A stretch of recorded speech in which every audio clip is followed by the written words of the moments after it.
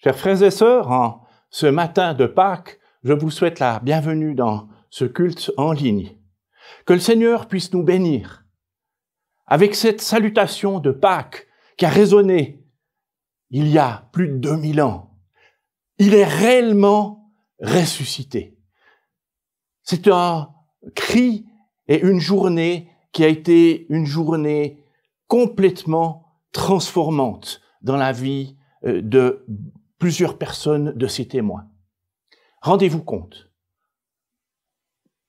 Ces personnes qui croyaient en Jésus, qui voyaient en lui le libérateur qui était venu dans le monde pour sauver le peuple, le Messie. Un monde s'écroule. Il est crucifié. Et ça, il l'aurait jamais cru.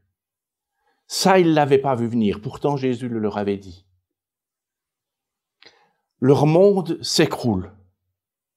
Vendredi saint, comme on le dit maintenant, c'est le jour noir. C'est le jour du désespoir. C'est le jour de la désillusion où tous nos désirs, tous nos espoirs, tout ce qu'on attendait se sont écroulés en un moment. Jésus est mort. Et un matin, nous le verrons, il est réellement ressuscité.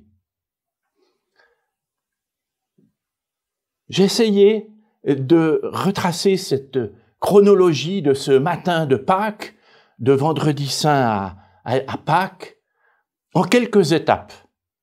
Parce que nous lisons cette chronologie dans les différents évangiles, Matthieu 28, Marc dans Marc 16, Luc dans Luc 24 et Jean dans Jean 20. Et chacun nous donne des détails différents qui parfois nous paraissent contradictoires.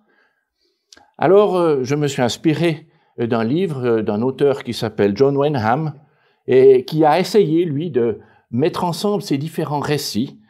John Wenham, Easter Enigma, Do the Resurrection Stories Contradict One Another?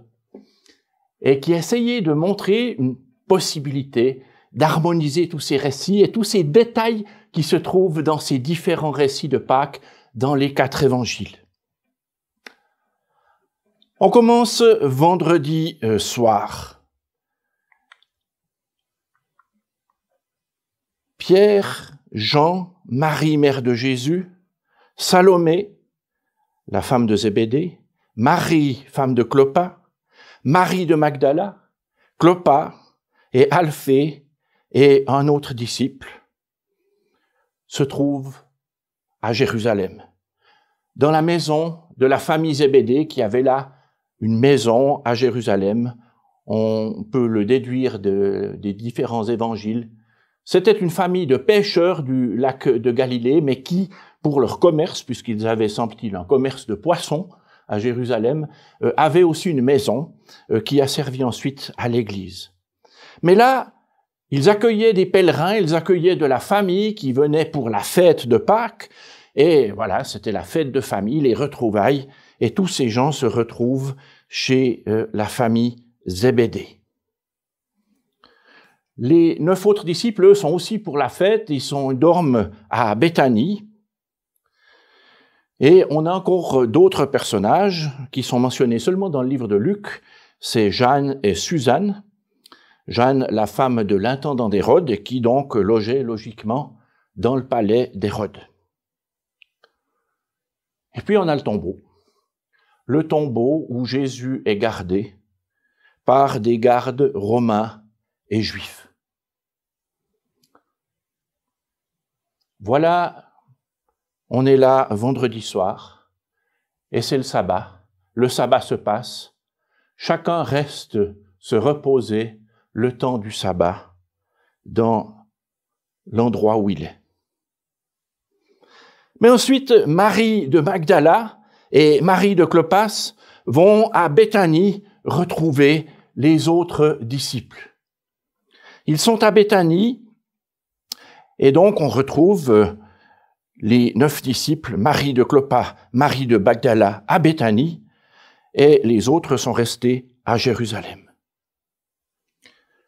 Nous lisons ensuite que le dimanche matin, les femmes avaient convenu d'aller ensevelir Jésus, de se rendre au tombeau. Donc, les personnes qui étaient dans la maison de la famille Zébédée, Pierre, Jean, Marie, mère de Jésus, Salomé de Zébédée, Clopas, Alphée, un autre disciple, sont dans la maison. Les 9 disciples, Marie de Clopas, Marie de Magdala, sont à Béthanie. Et puis, elles décident de se rendre vers les autres femmes dans la maison de Zébédée pour embaumer Jésus. C'est ce que nous lisons dans Jean 20, le verset 1, ou dans Matthieu 28 aussi, au verset 1.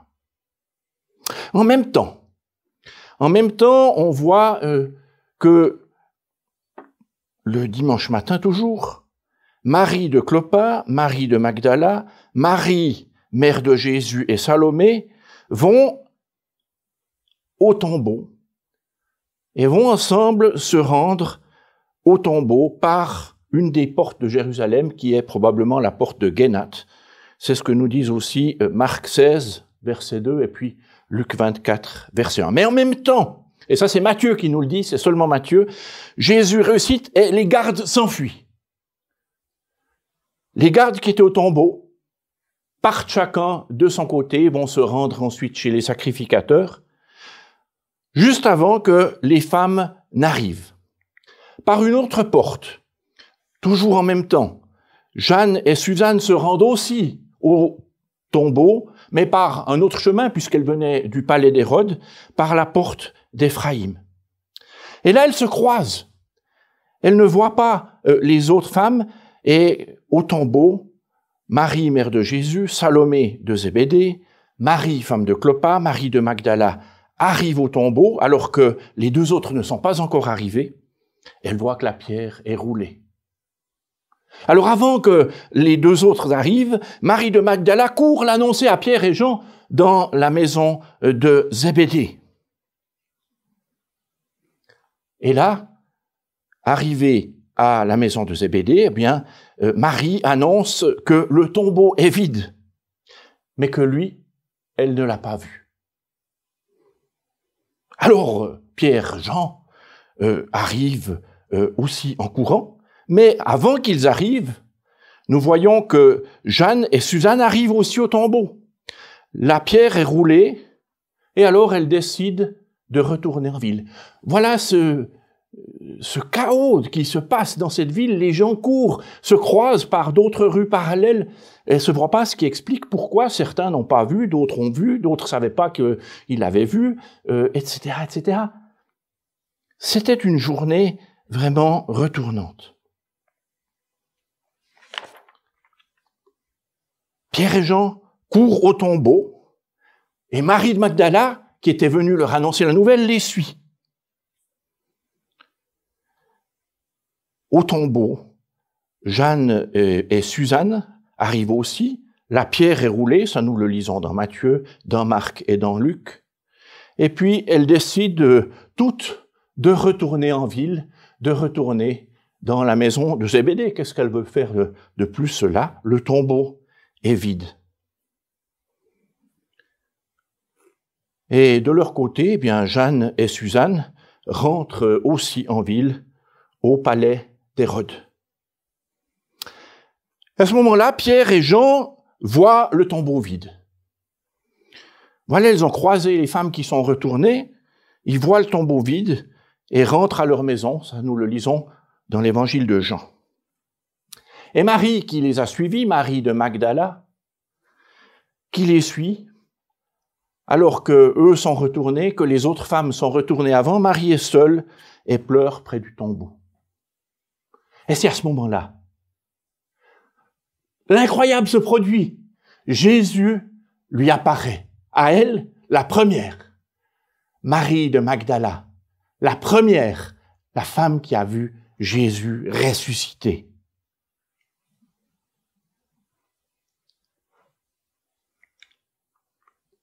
Que fait Marie? Eh bien, Marie pleure près du tombeau. Jésus lui apparaît. elle rentre immédiatement l'annoncer à la maison de Zébédée. Pendant ce temps, dans la maison de Zébédée, les femmes qui étaient rentrées précédemment font leurs observations, expliquent aux disciples, puis Pierre et Jean aussi qui arrivent, font les mêmes constatations. Le tombeau est vide. Et à ce moment-là, Clopas et l'autre disciple partent pour Emmaüs. Partent pour Emmaüs avec cette nouvelle. Et nous espérions que ce serait lui qui délivrerait Israël, mais quelques-uns sont allés. Des femmes aussi ont dit qu'il était ressuscité, mais lui, ils ne l'ont pas vu. Ils n'avaient pas croisé Marie de Magdala qui est en train de revenir, mais ils sont partis juste avant. Alors Marie arrive et annonce que Jésus est ressuscité. Nouvelle incroyable. Jésus est ressuscité, je l'ai vu ressusciter.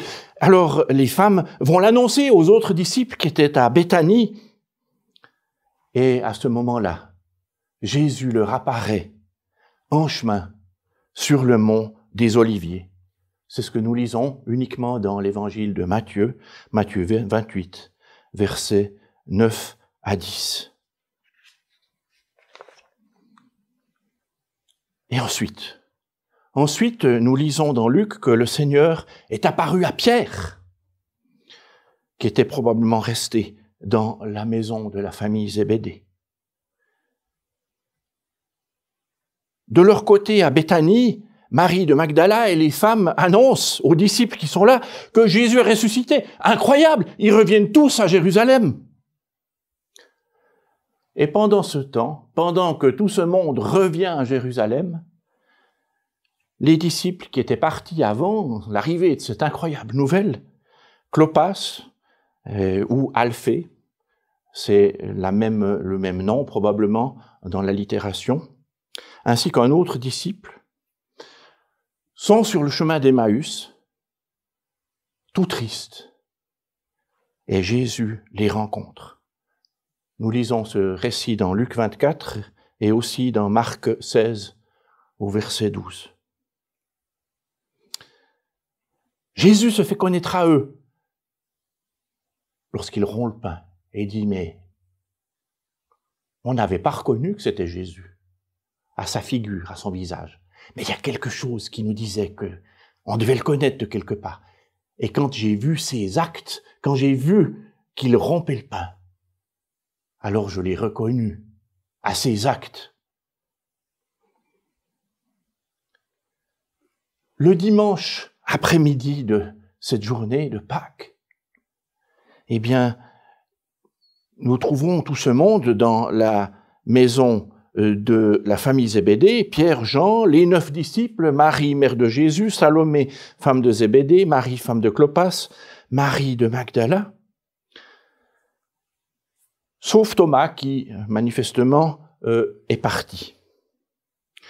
Clopas et Alphée, qui ont reconnu Jésus, retournent immédiatement à Jérusalem dans la maison de Zébédée. Et c'est là que Jésus leur apparaît. Nous lisons ce récit dans Luc 24, au verset 36 à 43, et aussi dans Jean 20, les versets 19 à 23. Jésus leur apparaît et leur dit la paix soit avec vous. Une journée incroyable. Du désespoir le plus profond, de la déception, du fait qu'on ne voyait plus comment continuer. On passe à l'étonnement, il n'est plus là. Il y a quelque chose qui s'est passé, mais quoi? Le tombeau est vide. Et tout à coup, moi je l'ai vu, et moi je l'ai vu aussi, et Pierre l'a vu, et Marie de Magdala l'a vu, et les disciples sur le chemin d'Emmaüs l'ont vu. Nous l'avons vu ressuscité. Et c'est donc qu'il y a encore de l'espoir, c'est qu'il y a encore de la vie, c'est que la vie continue. Nous l'avons vu ressuscité. Est-ce que nous le croyons encore dans nos églises évangéliques? Ou bien est-ce que nous pensons que c'est une tradition, que c'est un mythe, que c'est une figure. Tous ces récits, ils ont été écrits peu d'années après les événements. Et notamment, Paul écrit dans l'épître aux Corinthiens, dans 1 Corinthiens 15, versets 3 à 8, quelque chose qu'il a écrit probablement en 51, d'après la chronologie qu'on peut dater de la première épître aux Corinthiens, donc quelque chose comme 22 ans après les événements. 22 ans après les événements. Donc c'est comme si nous écrivions maintenant quelque chose qui s'est passé en 2003 ou 2004. On peut le contrôler encore, il y a des gens qui sont là encore. On n'écrit pas des mythes 20 ans après, sur place, quand les gens sont là pour le contrôler. Et qu'est-ce que Paul leur écrit aux Corinthiens? Je vous ai transmis avant tout le message que j'avais moi aussi reçu. Christ est mort pour nos péchés, conformément aux Écritures. Il a été enseveli et il est ressuscité le 3e jour, conformément aux Écritures. Ensuite, il est apparu à Céphas, il est apparu à Pierre, comme on l'a entendu tout à l'heure. Paul le dit. Ensuite, il est apparu à Céphas, puis aux 12. Après cela, ça c'est encore un autre événement qui est plus tard, il est apparu à plus de 500 frères et sœurs à la fois, dont la plupart sont encore vivants et quelques-uns sont morts. Donc il le dit, quelques-uns sont encore là, vous pouvez leur demander s'ils l'ont vu. Il y en avait plus de 500. C'était plus tard en Galilée. Ensuite, il est apparu à Jacques, puis à tous les apôtres. Et après, eux tous, il m'est aussi apparu à moi, comme à un enfant né hors terme. Que nous apporte cette résurrection? Est-ce que c'est seulement un événement historique?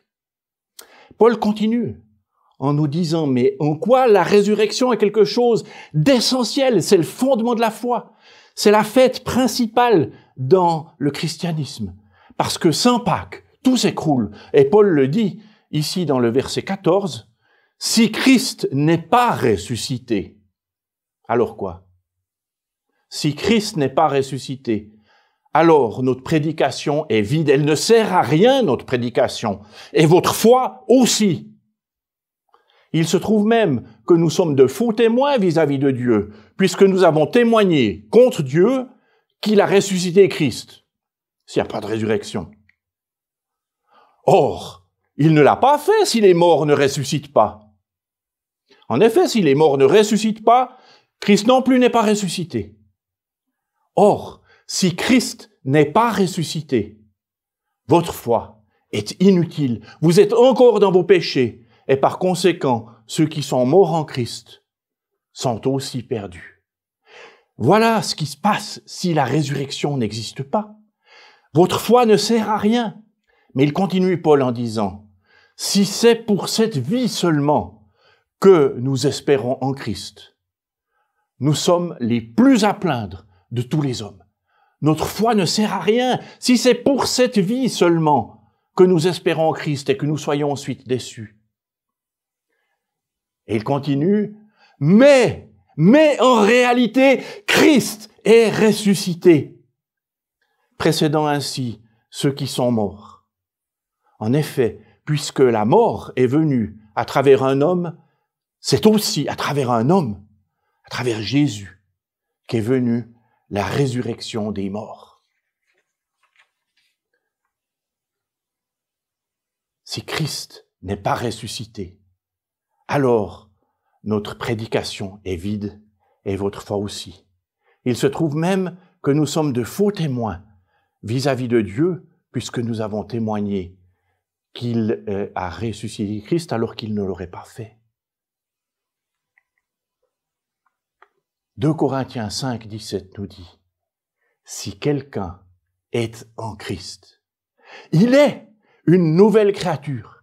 Les choses anciennes sont passées, et voici toutes choses sont devenues nouvelles. » Jean 8 nous dit aussi, « Si le Fils vous libère, vous serez réellement libre. » que nous amène la résurrection.